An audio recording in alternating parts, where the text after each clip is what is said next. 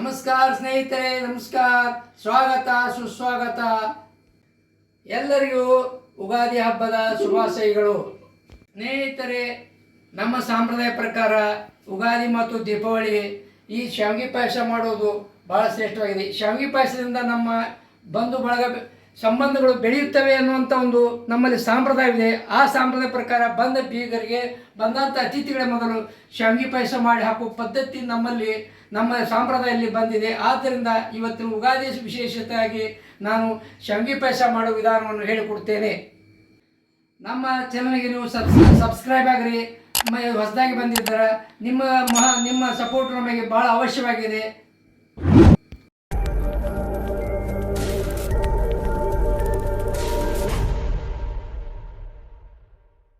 ನೋಡಿ ಸ್ನೇಹಿತರೆ, ಉಗಾದಿ ವಿಶೇಷವಾಗಿ ಇವತ್ತಿನ ದಿವಸ ಶಾವಿಗೆ ಪಾಯಸ ಮಾಡ್ಕೊಳ್ಳೋ ತುಪ್ಪ, ಪ್ಯೂರ್ ಎಮ್ಮೆ ತುಪ್ಪ, ಮನೆಯಲ್ಲಿ ಮಾಡಿದಂಥ ತುಪ್ಪವನ್ನು ನಾವು ಹಾಕ್ತೇವೆ. ಈ ಶಾವಿಗೆ ಒಂದು ಬಟ್ಟಲ ಶಾವಿಗೆ ತೊಗೊಂಡಿದ್ದೆವು. ಇದನ್ನು ಈಗ ಫಸ್ಟ್ ನಾವು ಸ್ವಲ್ಪ ಕೆಂಪಾಗುವಾಗ ಹುರ್ಕೋಬೇಕು. ನೋಡಿ ಸ್ನೇಹಿತರೆ, ಈಗ ತುಪ್ಪ ಹಾಕಿ ಹುರಿಲಿಕ್ಕೈತೀವಿ ಶಾವಿಗೆ. ಇದು ಸಣ್ಣ ಉರಿ ಇಟ್ಕೊಂಡು ಹುರಿಬೇಕು, ಯಾಕಂದ್ರೆ ದಪ್ಪ ಉರಿ ಆದ್ರೆ ಹೊತ್ತಿ ಬಿಡ್ತದೆ. ಅದಕ್ಕೆ ಸಣ್ಣ ಉರಿಯಿಂದ ಇದು ಕೆಂಪಾಗುವವರೆಗೆ ಹುರ್ಕೋಬೇಕು. ನೋಡಿ ಸ್ನೇಹಿತರೆ, ಶಾವಿಗೆ ಚೆನ್ನಾಗಿ ಹೊಡ್ಕೊಂಡಿದ್ದೀನಿ. ಕಲರ್ ಚೇಂಜ್ ಆಗಿದೆ ನೋಡ್ರಿ, ಈಗ ಕೆಂಪು ಕಲರ್ ಬಂದದ ನೋಡ್ರಿ. ಈಗ ಮೊದಲು ವೈಟ್ ಇರ್ತದ, ಈಗ ಚೇಂಜ್ ಆಗಿದ್ರಿ. ಈಗ ಒಲೆ ಆರಿಸಿದ್ದೀನಿ, ಸೈಡ್ ಇಟ್ಕೊಂಡು ಈಗ ಏನು ಮಾಡ್ತೀನಿ, ಡ್ರೈ ಫ್ರೂಟ್ಸನ್ನು ತುಪ್ಪದಲ್ಲಿ ಕರೆದುಕೊಳ್ಳುತ್ತೇನೆ. ಸ್ನೇಹಿತರೆ, ಈಗ ಶಾವಿಗೆ ಹುರಿದಾಯಿತು. ಈಗ ಡ್ರೈ ಫ್ರೂಟ್ಸನ್ನು ಫ್ರೈ ಮಾಡ್ಕೊಳ್ಳೋಕ್ಕೆ ತುಪ್ಪ ಹಾಕ್ತೇನೆ. ಒಂದೊಂದು ಡ್ರೈ ಫ್ರೂಟ್ಸನ್ನು ತುಪ್ಪ ಕಾದ್ಮೇಲೆ ಹಾಕುತ್ತಾ ಹೋಗುತ್ತೇನೆ. ಸ್ನೇಹಿತರೆ, ಇದು ಬಾದಾಮ್ ಸಣ್ಣ ಪೀಸ್ ಮಾಡಿ, ಒಂದರಲ್ಲಿ 2-3 ಪೀಸ್ ಮಾಡಿದೆವು. ಇದನ್ನು ಹುರ್ಕೋಬೇಕು. ಕಾಜು ಹಾಕುತ್ತೇನೆ. ಇದು ಕೂಡ ಕೆಂಪಗಾಗುವ ಹಾಗೆ ಸಣ್ಣ ಉರಿಯಲ್ಲಿ ಇಟ್ಟು ಹುರಿತಿದ್ದೀನಿ. ಪ್ಯೂರ್ ತುಪ್ಪದಲ್ಲಿ, ಇದು ಯಾವುದೇ ಬ್ರ್ಯಾಂಡ್ ತುಪ್ಪ ಅಲ್ಲ, ಮನೆಯಲ್ಲಿ ತಯಾರು ತುಪ್ಪ. ಇದು ಒಣ ದ್ರಾಕ್ಷಿ ಒಂದು 10-15 ಪೀಸ್ ಹಾಕಿದ್ದೀನಿ. ಸ್ನೇಹಿತರೆ, ಕಲ್ಲಂಗಡಿ ಬೀಜ, ಕಲ್ಲಂಗಡಿ ಸೀಡ್ಸ್ ಅಂತಾರಲ್ಲ, ಅದನ್ನು ಕೂಡ ಡ್ರೈ ಫ್ರೂಟ್ಸಲ್ಲಿ ಬರ್ತದೆ, ಅದನ್ನು ಹಾಕಿದ್ದೀನಿ. ಈಗ ಸಣ್ಣ ಉರಿಯಲ್ಲಿ ಈಗ ಕಸಕಸಿ ಸ್ವಲ್ಪ ಹಾಕ್ತೀನಿ. ಈಗ 2 ಹುರಿದಿದ್ದೀವಿ. ಈಗ ಸ್ಟೋವ್ ಆಫ್ ಮಾಡಿ ಅದನ್ನು ಕೈಯಾಡಿಸ್ತಾ ಇದ್ದೀನಿ. ಅವು ಹೊತ್ತಬಾರ್ದು, ಹೊತ್ತಿದ್ರೆ ಟೇಸ್ಟ್ ಹೋಗ್ತದೆ.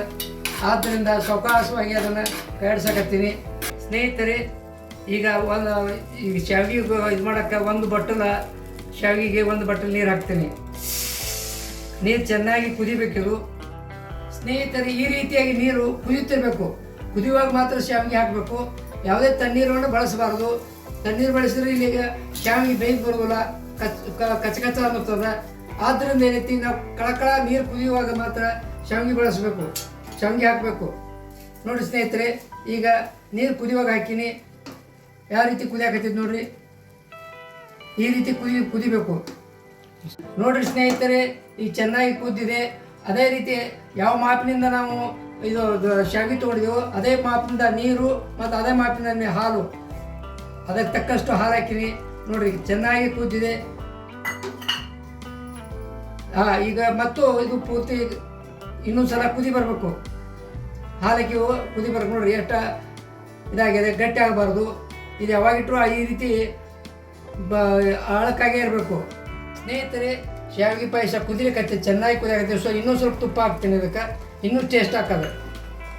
ಈಗ ನೋಡಿರಿ, ಅದು ಎಷ್ಟು ಸಕ್ಕರೆ ನಾವು ಶಾವಿಗೆ ತೊಗೊಂಡಿದ್ವಿ, ಅದೇ ಬಟ್ಟಲಲ್ಲಿ ಸಕ್ಕರೆ ಕೂಡ ತೊಗೊಂಡು, ಸಕ್ಕರೆ ಪೂರ್ತಿ ಕರಗಬೇಕದು. ಮತ್ತೊಂದು ಸಲ ಕುದಿ ಬರಬೇಕು. ನೋಡಿರಿ, ಇವಾಗ ಹೇಗೆ ಈಗ ಏಲಕ್ಕಿ ಪೌಡ್ರನ್ನು ಕುಟ್ಟಿ ಇಟ್ಟಿದ್ದು, ಅದನ್ನು ಕೂಡ ಈಗ ಹಾಕ್ತೇನೆ. ನೋಡಿ, ಚೆನ್ನಾಗಿ ಕುದಿಯಾಕತ್ತದ. ಸ್ಮೆಲ್ ಬರಾಕತ್ತೈತೆ, ತುಪ್ಪದ ಸ್ಮೆಲ್ ಬರಾಕತ್ತೈತೆ ನೋಡ್ರಿ, ಏಲಕ್ಕಿ ತುಪ್ಪದ ಸ್ಮೆಲ್ಲು. ಸ್ನೇಹಿತರೆ, ತುಪ್ಪದಲ್ಲಿ ಕರೆದಂಥ ಡ್ರೈ ಫ್ರೂಟ್ಸನ್ನು ಈಗ ಇದಕ್ಕೆ ಹಾಕೋತೀನಿ ನೋಡ್ರಿ. ಸ್ನೇಹಿತರೆ, ಶಾವಿಗೆ ಪಾಯಸ ಚೆನ್ನಾಗಿ ಕುದ್ದು ರೆಡಿಯಾಗಿದೆ. ಈಗ ಬರಸೆನನ್ನು ಆರಿಸ್ಕೊಳ್ತೇನೆ ನೋಡ್ರಿ. ಸ್ನೇಹಿತರೆ, ಶಾವಿಗೆ ಪಾಯಸ ರೆಡಿಯಾಗಿದೆ. ಸ್ನೇಹಿತರೆ, ಈ ವಿಡಿಯೋ ಇಷ್ಟ ಆಗಿದ್ದರೆ ಲೈಕ್ ಮಾಡಿ, ಶೇರ್ ಮಾಡಿ, ಸಬ್ಸ್ಕ್ರೈಬ್ ಮಾಡಿ. ಧನ್ಯವಾದಗಳು.